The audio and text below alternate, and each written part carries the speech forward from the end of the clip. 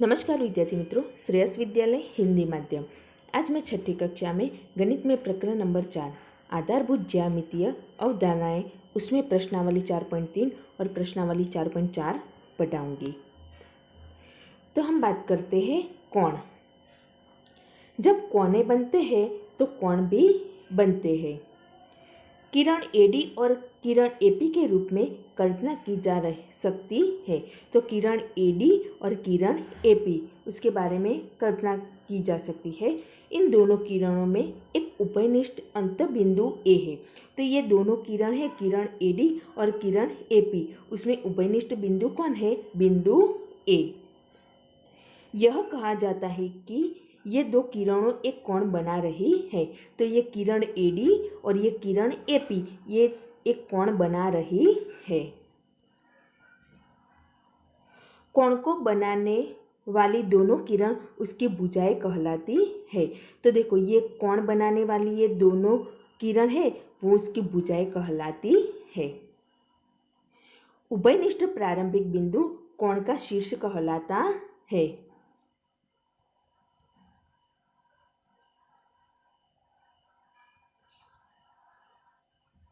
अब हम बात करते हैं प्रश्नावली 4.3 की। उसमें प्रश्न नंबर 1 में दिया है, नीचे दी आकृति में कोणों के नाम लिखो। तो यहाँ हमें ABCD चतुर्भुज की आकृति दी है, उसमें हमें कोणों का नाम लिखना है। तो कोण है ABC, दूसरा कोण है CDA, तीसरा कोण है DAB और चौथा कोण है DCB। तो ये 4 कोण है।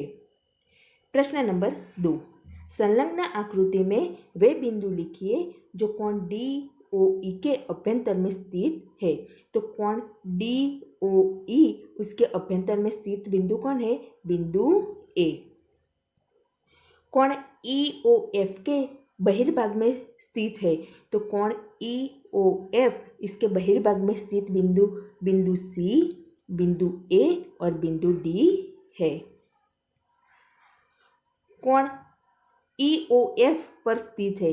तो ये कोण EOF उसके ऊपर स्थित बिंदु E, बिंदु B, बिंदु O और बिंदु F। तो बिंदु E, बिंदु O, बिंदु B और बिंदु F। अब हम बात करते हैं प्रश्न नंबर 3 की। दो कोणों की रफ आकृति खींचिए जिसमें उनमें एक बिंदु उभयनिष्ठ हो। तो एक बिंदु उभयनिष्ठ हो ऐसी हम ये आकृति खींच सकते हैं। उनमें दो बिंदु उभयनिष्ठ हो तो ऐसे दो बिंदु उभयनिष्ठ हो ऐसी आकृति बना सकते हैं। उनमें 3 बिंदु उभयनिष्ठ हो तो 3 बिंदु उभयनिष्ठ हो ऐसी ये आकृति है। उसमें 4 बिंदु उभयनिष्ठ हो तो ऐसी ये आकृति रही जिसमें 4 बिंदु उभयनिष्ठ हो। उनमें एक किरण उभयनिष्ठ हो तो ऐसी ए आकृति है जिसमें ये किरण है वो OA किरण है वो उभयनिष्ठ है। देखो, इसमें 4 बिंदु उभयनिष्ठ हो तो ये लेंगे तो ये 4 बिंदु आएंगे और ये कोण लेंगे तो उसमें भी ये 4 बिंदु आएंगे। तो ऐसे हम ये आकृति बना सकते हैं। अब हम बात करते हैं त्रिभुज की। तो त्रिभुज एक 3 भुजाओं वाला बहुभुज होता है। वास्तव में यह सबसे कम भुजाओं वाला बहुभुज है। तो सबसे कम भुजाओं वाला बहुभुज कौन है? त्रिभुज है। त्रिभुज में 3 भुजाएं, ये देखो त्रिभुज है उसमें 3 भुजाएं, रेखाखंड AB, रेखाखंड BC, रेखाखंड CA और 3 कोण, कोण BAC, दूसरा कोण है BCA और ये तीसरा कोण है ABC। तो ऐसे हम 3 कोण बता सकते हैं और ये बिंदु A, बिंदु B और बिंदु C त्रिभुज के शीर्ष कहलाते हैं। तो ये बिंदु A, ये बिंदु B और ये बिंदु C त्रिभुज के शीर्ष कहलाते हैं। अब हम बात करते हैं प्रश्नावली 4.4 की। त्रिभुज ABC का एक रफ चित्र खींचिए।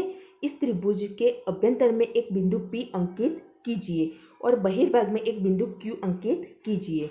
बिंदु A इसके अभ्यंतर में स्थित है या बहिर्भाग में, तो हमें ऐसी त्रिभुज ABC की आकृति खींचनी है। उसके अभ्यंतर में बिंदु P रखना है और उसके बहिर्भाग में बिंदु Q रखना है। तो ऐसे हमने त्रिभुज ABC की आकृति बना दी है। उसके अभ्यंतर में बिंदु P है और उसके बहिर्भाग में बिंदु Q है। अब हमें प्रश्न पूछा है बिंदु A इसके अभ्यंतर में स्थित है या बहिर्भाग में स्थित है। तो बिंदु A न तो इसके अभ्यंतर में स्थित है न ही तो उसके बहिर्भाग में स्थित है। यह त्रिभुज का शीर्ष है और त्रिभुज के ऊपर स्थित है। अब हम बात करते हैं प्रश्न नंबर 2 की। संलग्न आकृति में 3 त्रिभुजों की पहचान कीजिए। तो हमें ये आकृति दी है, उसमें हमें 3 त्रिभुज लिखना है।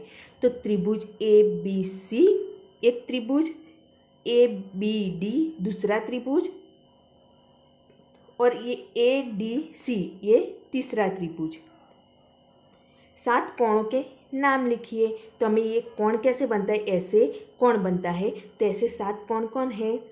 कोण ADB, कोण ADC, कोण ADB, कोण ACD, कोण BAD, कोण CAD और कोण DAC, कोण BAC। 6 रेखाखंडों के नाम लिखो। तो ये रेखाखंड कौन से हैं? रेखाखंड AB, रेखाखंड AC, रेखाखंड AD, रेखाखंड BD, रेखाखंड DC और रेखाखंड BC। तो ऐसे 6 रेखाखंड है। किन 2 त्रिभुजों में कोण B उभयनिष्ठ है? तो ऐसे कौन से 2 त्रिभुज है उसमें B उभयनिष्ठ है? तो ये त्रिभुज ABC और ये दूसरा त्रिभुज ABD, ये दोनों त्रिभुजों में कोण B उभयनिष्ठ है।